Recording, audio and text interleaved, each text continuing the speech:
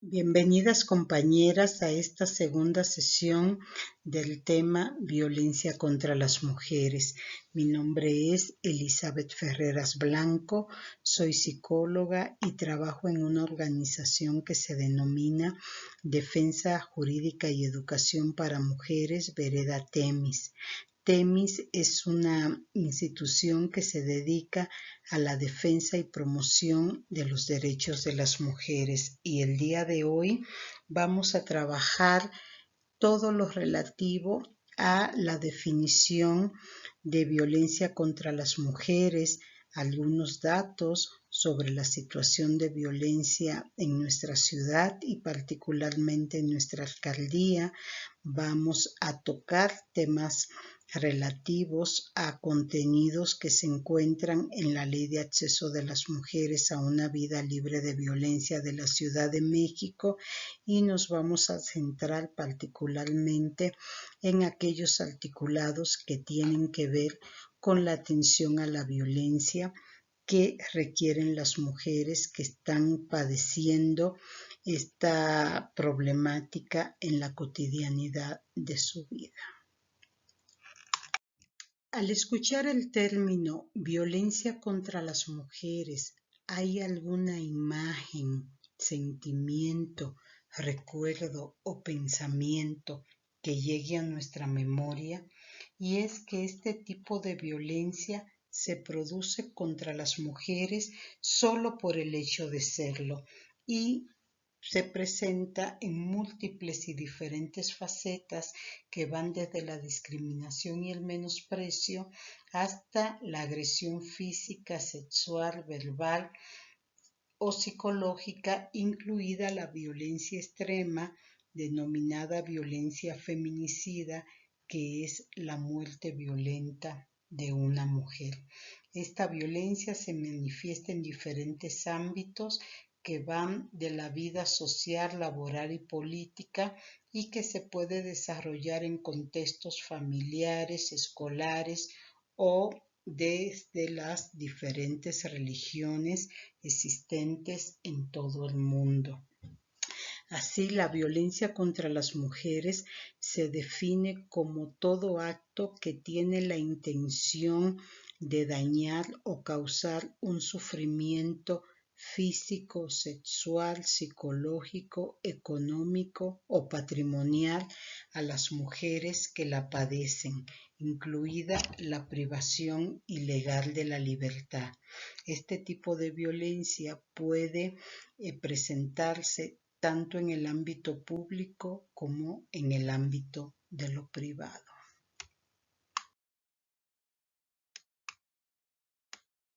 En la Ciudad de México, 8 de cada 10 mujeres ha reportado algún incidente de violencia. De esta, el 52% de mujeres reportó haber vivido algún episodio de violencia en su actual o anterior pareja. 61% reportó haber vivido violencia sexual.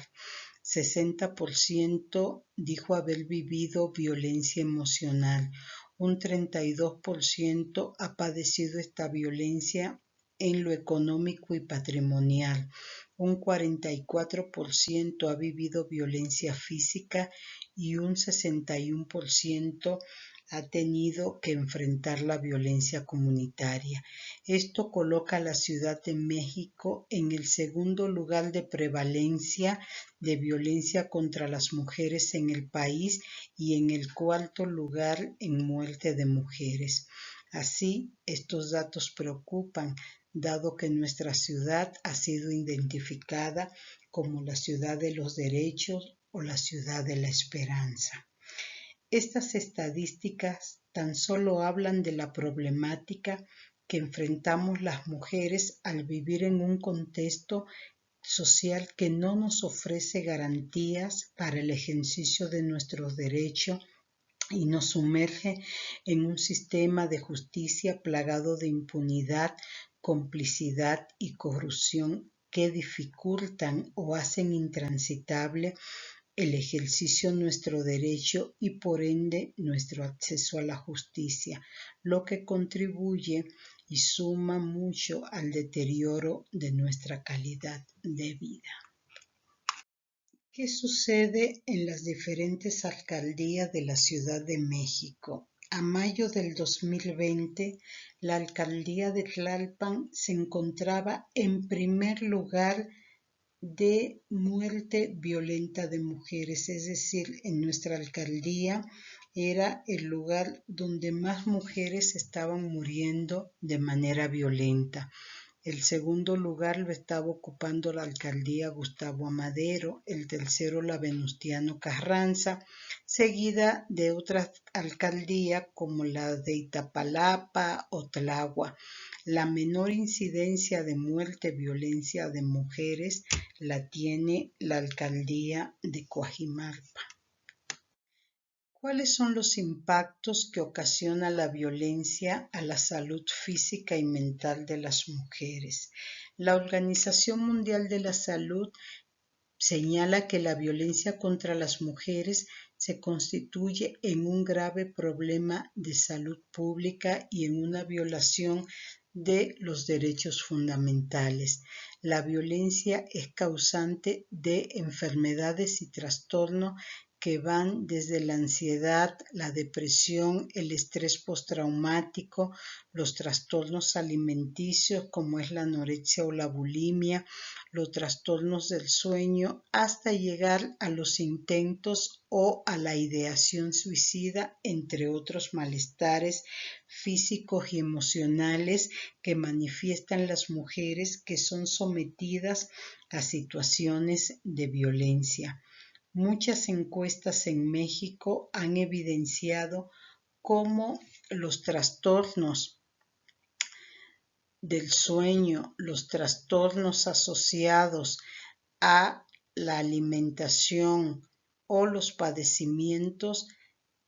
múltiples que viven las mujeres conllevan a que cada año muchas mujeres mueran a causa de este tipo de dolencias o de trastornos, lo que evidencia justamente la vulnerabilidad extrema a la que permanentemente estamos sometidas. Y eso atraviesa por la medicalización de los sufrimientos emocionales de las mujeres. Cuando las mujeres acudimos a una consulta médica y manifestamos que estamos tristes o que estamos deprimidas o que no tenemos ganas de comer o de levantarnos, muchas veces lo primero que hacen estos servicios de salud o este personal médico es diagnosticarnos una depresión y eso conlleva justamente que nos receten algún medicamento que no hace más que en ocasiones que colocarnos en situación de mayor vulnerabilidad. Y esta condición también es usada por muchos hombres para quitarnos nuestro derecho, nuestro patrimonio o la vivencia con nuestros hijos e hijas, ya que nos acusan de que estamos locas, de que estamos medicadas, de que nos pasamos el día entero dormidas, y esto se convierte en un elemento que posibilita la vivencia de otros tipos de violencia. En ese contexto, hasta el 2007, en nuestro país se promulgó la Ley General de Acceso de las Mujeres a una vida libre de violencia. Esta es una ley marco que obligaba a cada uno de los estados del país a promover su propia ley. Así, en 2007 también en la Ciudad de México se formuló y promulgó la Ley de Acceso de las Mujeres a una vida libre de violencia. El objetivo de esta ley fue establecer los principios y criterios que, desde la perspectiva de género, orientaran las políticas públicas para reconocer, promover, proteger y garantizar el derecho de las mujeres a una vida libre de violencia, así como establecer las coordinaciones interinstitucionales que dieran paso a la prevención, atención, sanción y erradicación de la violencia que se ejercía contra las mujeres en nuestro país. La Ley de Acceso de las Mujeres a una Vida Libre de Violencia divide la violencia que se ejerce contra las mujeres en tipos y modalidades. Los tipos son la violencia psicológica, la violencia física, la violencia patrimonial, la violencia económica, la violencia sexual, la violencia contra los derechos reproductivos, está también la violencia política y en las modalidades se contempla la violencia familiar, la violencia en la comunidad, la violencia institucional, además de la violencia escolar. La Ley de Acceso, entre otros derechos, considera muy particularmente derechos que tienen que ser ejercidos por las víctimas de violencia y entre estos se encuentran el ser tratada con respeto, el que se vele por su integridad y el que se propicie el ejercicio pleno de todos los derechos contemplados en la ley. Además, es un derecho contar con protección inmediata y efectiva por parte de las autoridades cuando la vida de las mujeres se encuentren en alguna situación de riesgo. También es un derecho recibir información veraz, suficiente, adecuada y oportuna que permita la toma de decisión sobre las opciones que ésta requiere o necesita para salir de la violencia, aunado a contar con asesoría y representación jurídica de manera pronta, gratuita y expedita. La Ley de Acceso también hace referencia a la atención que hay que proporcionar a las mujeres que se encuentren atravesando por una situación de violencia. Así, en su artículo 28 menciona que las medidas de atención en materia de violencia contra las mujeres consisten en brindar servicios de atención médico, psicológico, jurídicos y sociales con calidez y calidad, de forma tal que se contribuya al empoderamiento, autonomía y al desarrollo integral de las potencialidades que poseen las mujeres. Además, que todas las dependencias de la administración, tanto pública o privada, que presten servicio de atención en materia de violencia, deberán contar con personal profesional y especializado, quienes deberán recibir capacitación en materia de derechos humanos y de violencia contra las mujeres. El artículo 30 hace referencia a los lineamientos que tienen que cumplir toda intervención que provea el Estado a las víctimas de violencia. Y estos lineamientos tienen que ver con la atención integral, con la efectividad de la misma, con la legalidad, con el auxilio oportuno y con el respeto a todos los derechos humanos de las mujeres. Así, en suma, el Estado se hace responsable de brindar servicios de atención encaminados a que las mujeres puedan vivir una vida libre de toda discriminación y violencia. ¿Cuáles son los servicios básicos que pueden encontrar en una institución pública las mujeres que se encuentran atravesando por una situación de violencia? Entre muchos otros servicios, dos que pueden encontrarse disponibles son los servicios psicológicos y los servicios de atención jurídica. ¿Qué tan importantes son estos servicios? Pues son fundamentales. Nosotras partimos del hecho de que todo lo que conlleva a que las mujeres tengan que emprender una acción legal es el vínculo afectivo que han sostenido a nivel emocional, y el cómo esté manejando o no ese vínculo puede apoyar o puede limitar el emprendimiento de una acción que conlleve finalmente al acceso a la justicia. Cuando una mujer requiera demandar una pensión de divorcio, requiera disolver un matrimonio o separarse de una persona que le está agrediendo, lo primero que piensan es en un abogado o en una abogada. Y nosotras siempre recomendamos que cuando se necesite emprender una acción legal, hay que vivirla acompañada de un proceso emocional.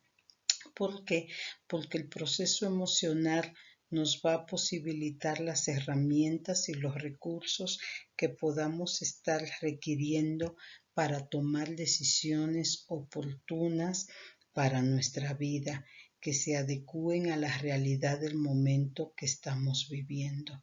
Un servicio de atención psicológica que se preste con calidad y con calidez nos va a permitir identificar el tamaño del problema, nos va a permitir ubicar nuestras redes de apoyo, además de trabajar con nuestra autoestima y con el emprendimiento de acciones que conlleven a nuestro empoderamiento y autonomía. Todo ello va a facilitar el proceso de toma de decisiones que a nivel jurídico luego vamos a tener que corroborar si se puede o no a partir de cómo están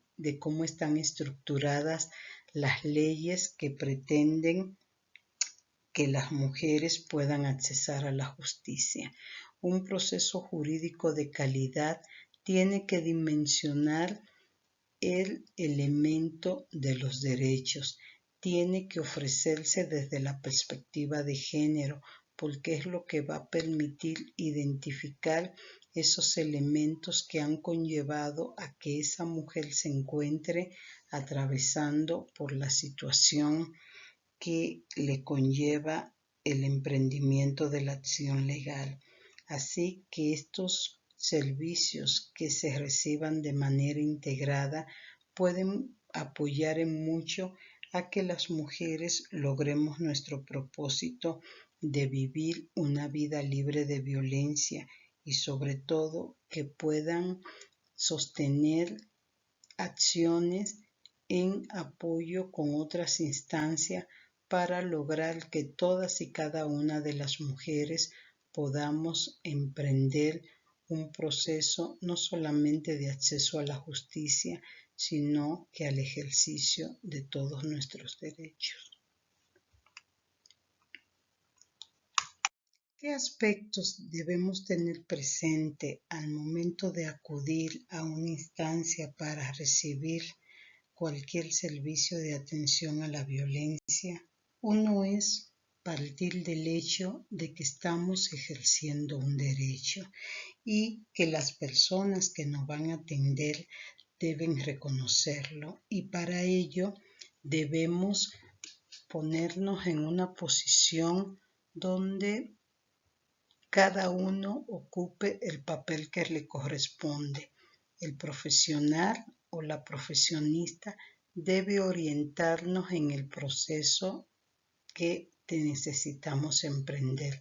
Nosotras debemos ubicarnos en la realidad que nos compete. Así hay cosas que no debemos permitir nunca, y entre ellas están el que no se nos respete o el que se violenten nuestros derechos, que se incida en nuestra decisión, por ejemplo, de denunciar o no la violencia o de mantenernos o no con el agresor, que nos den recetas sobre el cómo solucionar nuestra situación, que conlleven muchas veces a la renuncia o al reconocimiento de nuestros derechos, que no se respeten nuestros procesos personales o se violenten nuestra confidencialidad, que se nos diga lo que tenemos que o no que hacer con nuestra vida, que minimicen la problemática que estamos viviendo,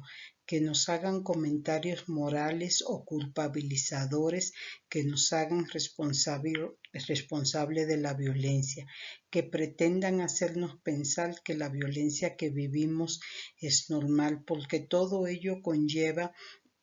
proceso de revictimización que son de los elementos que pueden impedir el que las mujeres podamos accesar a la justicia y sobre todo que podamos ejercer nuestro derecho a vivir una vida libre de todo tipo de discriminación y violencia. Por ello es importante que las mujeres conozcamos las leyes, los convenios y los tratados internacionales que nos permitan accesar a la justicia, que de manera cotidiana establezcamos relaciones armónicas. No significa que no vamos a tener problemas. Lo único que implica es que vamos a contar con los recursos y con las herramientas que nos permitan dirimir los conflictos que puedan presentarse de manera no violenta. Significa también que vamos a poder hacernos responsables de nuestra vida, de nuestro cuerpo, que vamos a poder tener relaciones más armónicas y sobre todo que vamos a potenciar, que vamos a conocer y que vamos a hacernos de herramientas que nos permitan el desarrollo de todas nuestras potencialidades que tenemos como humana, que tenemos que ejercer y ejercitar como mujeres. Vamos a pasar a continuación unas diapositivas que tienen que ver con instancias que pueden apoyar y que ofrecen atención psicológica, jurídica o de otra índole que podamos requerir en cualquier momento de nuestro proceso. Muchas gracias.